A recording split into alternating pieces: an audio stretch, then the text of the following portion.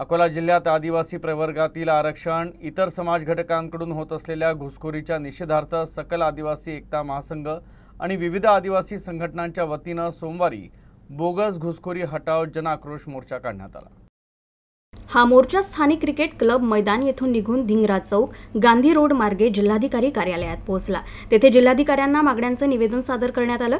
यामध्ये आदिवासी आरक्षण प्रवर्गात इतर समाजातील व्यक्तींनी चालवलेल्या बोगस घुसखोरीला तात्काळ आळा घालावा अशी प्रमुख मागणी करण्यात आली। तसंच मुख्यमंत्री यांच्या अध्यक्षतेखाली आदिवासी सल्लागार समितीची तातडीची बैठक घेण्यात आली।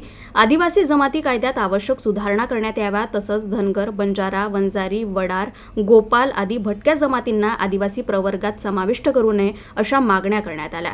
तसंच अनुसूचित जमातींच्या अधिसंख्य 12,500 जागांसह एकूण 85,000 रिक्त पदांची तात्काळ भरती करावी। बोगस जात वैधता प्रमाणपत्र देणाऱ्या अधिकाऱ्यांविरुद्ध SIT चौकशी बसवून कारवाई करावी। जात पडताळणी समित्यांना दिलेल्या वैधता प्रमाणपत्रांची पुनर्तपासणी करण्याचा अधिकार देण्यात यावे आदी मागण्या करण्यात आल्या।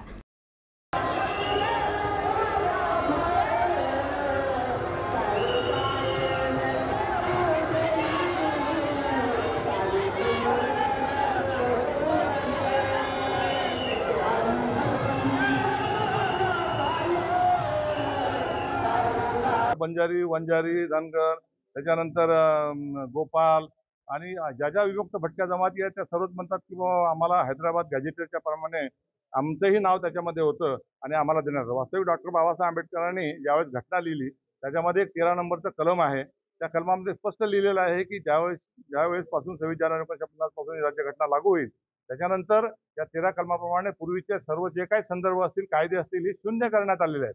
तरी हे कोण्याप्रमाणे त्याचा आधार घेऊन देतात हे आमच्या आकलनाच्या बाहेर आहे। आमची विनंती आहे की कुठेतरी आदिवासीमध्ये घुसखोरी थांबवावी, आमच्या हक्क आणि कर्तव्याचं अधिकाराचं मूलभूत अधिकाराचं संरक्षण करावे।